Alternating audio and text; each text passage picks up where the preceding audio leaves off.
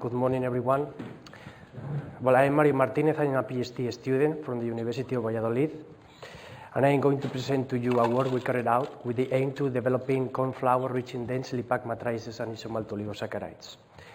First of all, I would like to highlight the importance of the maize crop, which is one of the main produce cereals all over the world, because of, among other things, its great availability, low and steady prices, storability from season to season, and so on.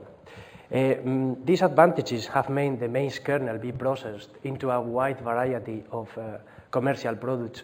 For example, wheat and meal maize, very used in the snack industry and in breakfast cereals, and also the maize starch and maize flour very used in bakery products, sometimes in combination with flour, and as a thickening agent in many dishes such as soups, sauces, infant products, and so on. But many of these dishes, many of these products from maize have to be subjected to extrusion. For example, in the case of snacks and breakfast cereals, extrusion is a very interesting step to mix, to cook, to form, and to share all the ingredients in one step. But also sometimes, speaking about starch and flour, it is interesting to modify the starch in order to adapt its rheological and hydration properties to the emerging needs according to the new food trends. With extrusion, which is gaining prominence because, among other things, it is free of chemicals, it is possible to get starch gelatinization and fragmentation, also protein denaturation, enzyme inactivation, and more things. But from a nutritional perspective, extrusion also increases the accessibility of digesting enzymes and also increase the number of simple sugars such as glucose and maltose, which increase the digestion rate of the starch and in sensitive people can lead to type 2 diabetes, obesity, or cardiovascular disease. Therefore, many authors have approached different techniques to modify the starch, and the enzymes techniques has gained in prominence because they are specifically controlled. The mild conditions of temperature and pH may be allowed to reduce the risk for producing harmful or unwanted products. Among the strategies followed to modify the starch digestion is, for example, to increase the ratio of short chains to longer chains in the molecule of amylopectin, also to increase the relative amount of the branching points, also decrease the easily digested sugars while keeping high the prebiotic isomaltoligosaccharides, for example, and also another approach is to increase the retrogradation of the starch chains. But what enzymes have been used for this purpose? For example, branching enzyme has been used for this purpose because it produces branches alpha-glucans, which can be interested to decrease the starch digestion. Also, maltogenic alpha-amylase has been used because even though it hydrolyzes starch mainly to maltose, it also exhibits a high transglycosylation activity, producing branched oligosaccharides. And also pullulanase because it breaks the branching points of the amylopectin, generating linear molecules susceptible to retrograde. So these enzymes have been used very successfully for different authors.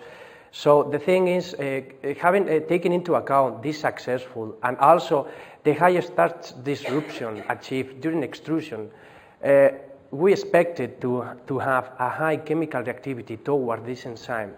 So therefore, our approach was to manipulate extruded maize flours in order to create molecular and supramolecular resistant structures to attenuate the starch digestion properties. That was the aim.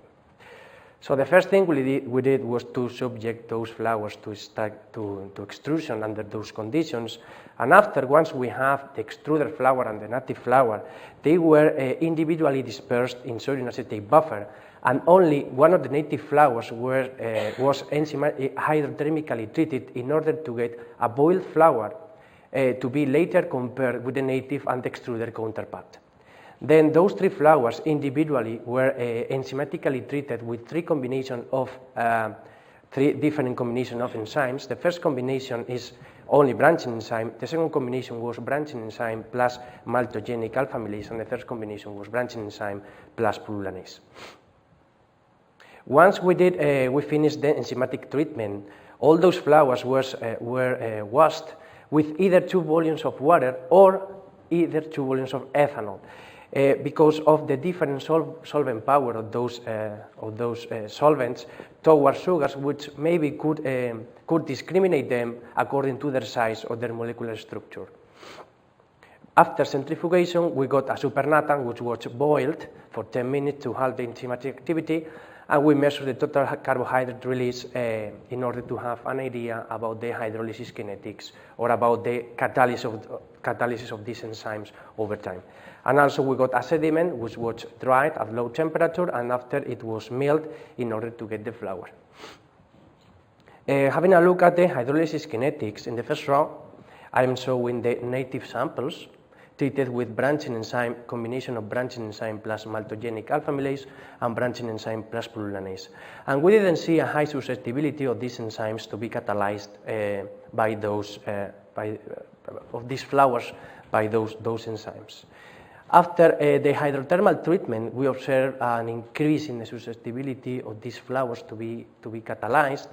But after extrusion, we even observed a higher susceptibility of these enzymes to be hydrolyzed, which made us discard the boiled samples. And from now on, we are going to study only the extruded samples and the effect of those treatments on the extruded flours, and to compare them with the native counterparts.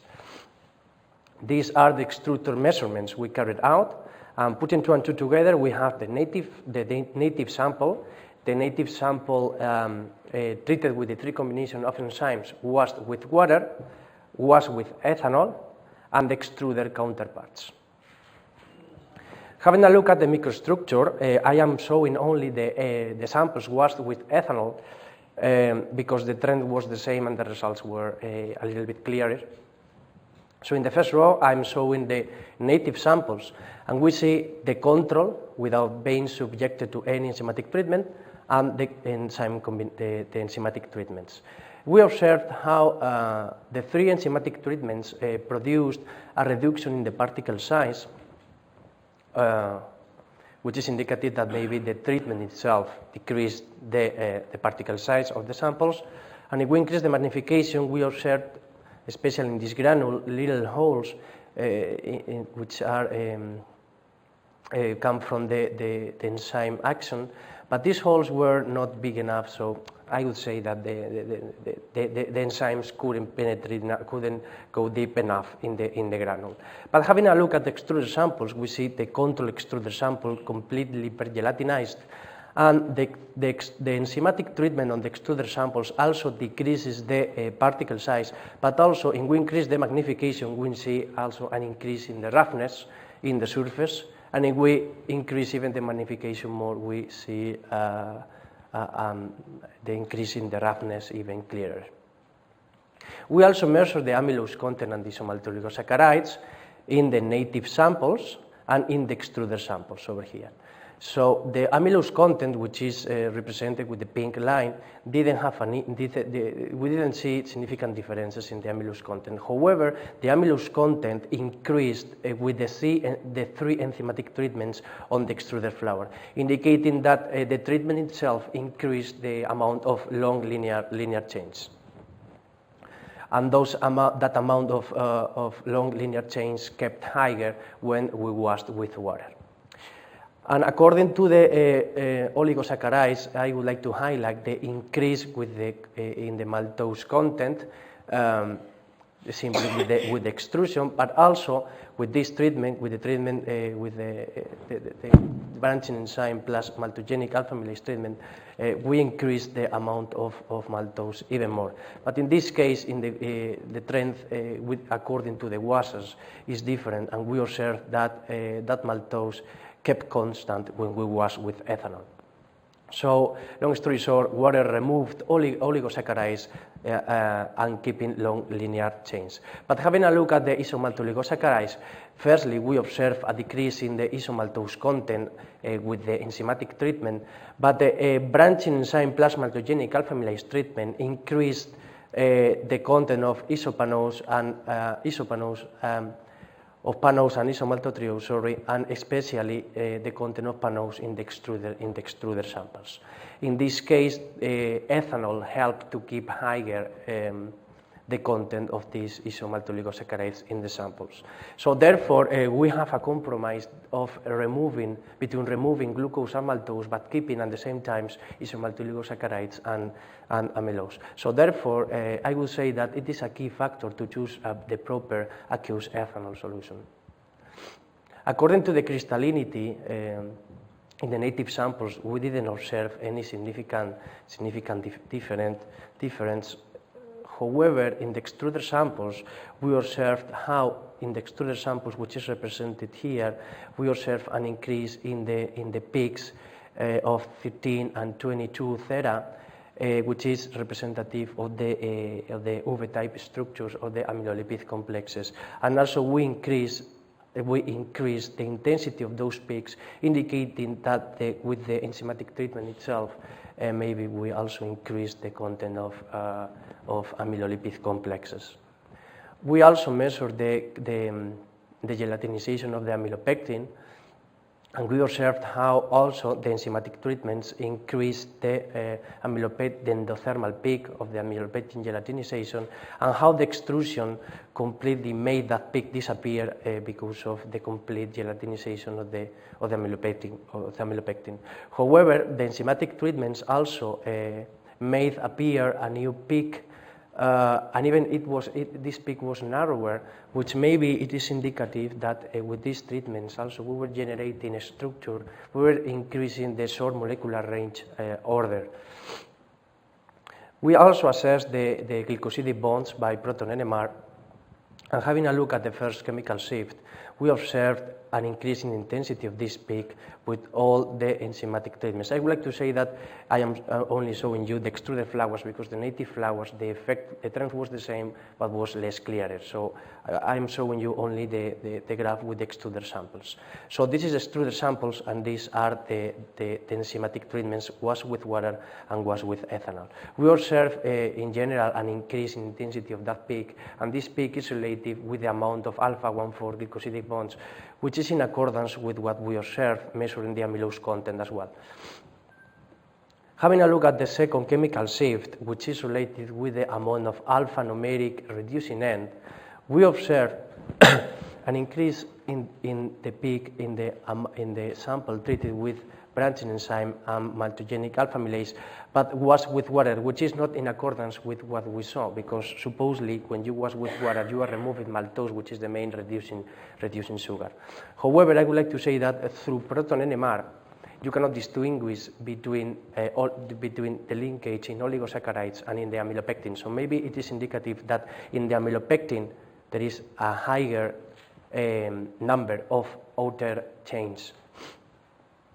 And also having a look at the third chemical shift, which is indicative of the alpha-1,6 glycosidic bonds, or the branching points, we observe here again that these samples have was with water have a higher number of branching points, which is maybe endorsing also this peak, which is indicative that maybe in the molecule of amylopectin we are increasing the amount of orthine chains, the amount of branching points.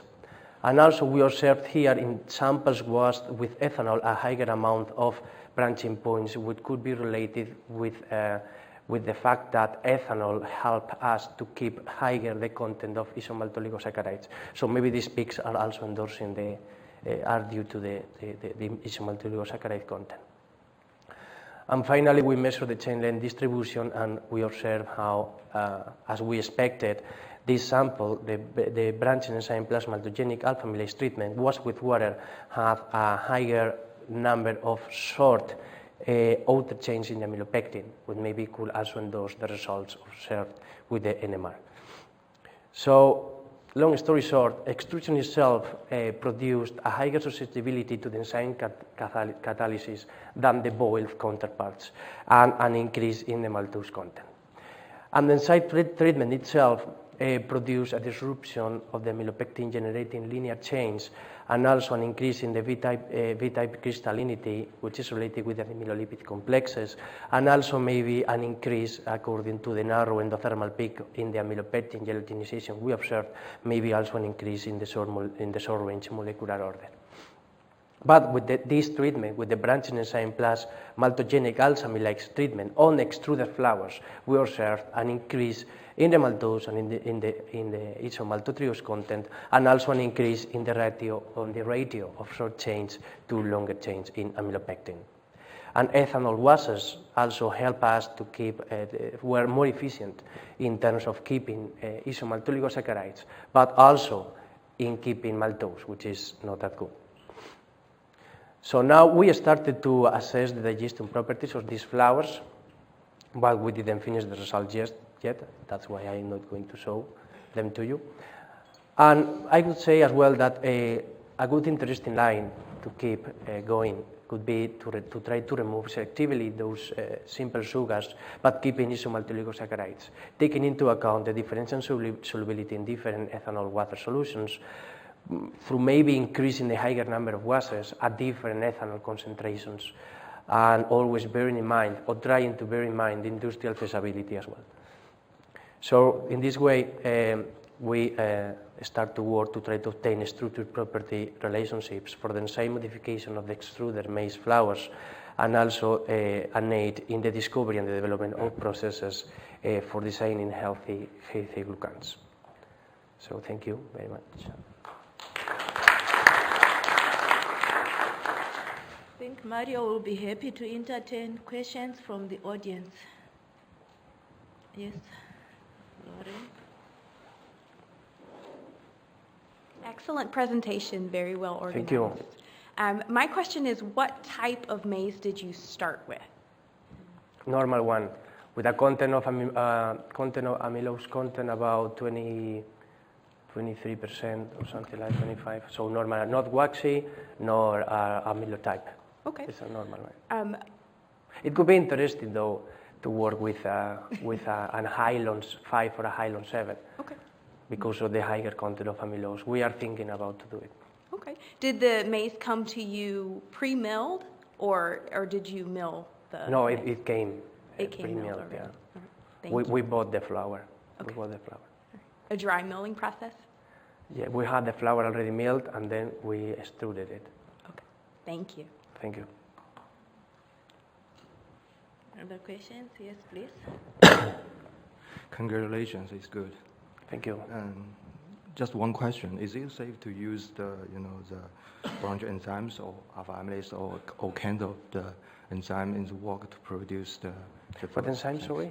I mean, when you in your work you use the branch enzymes as well as other enzymes to produce the food. Is it safe to do it? Thanks.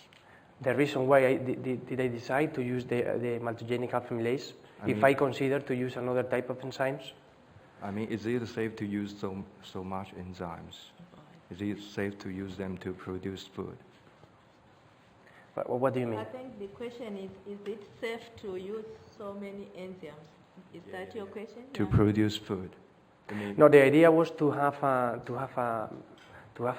try to get an outlook about the effects of pullulanase, the effect of alpha amylase, and the effect of branching enzymes.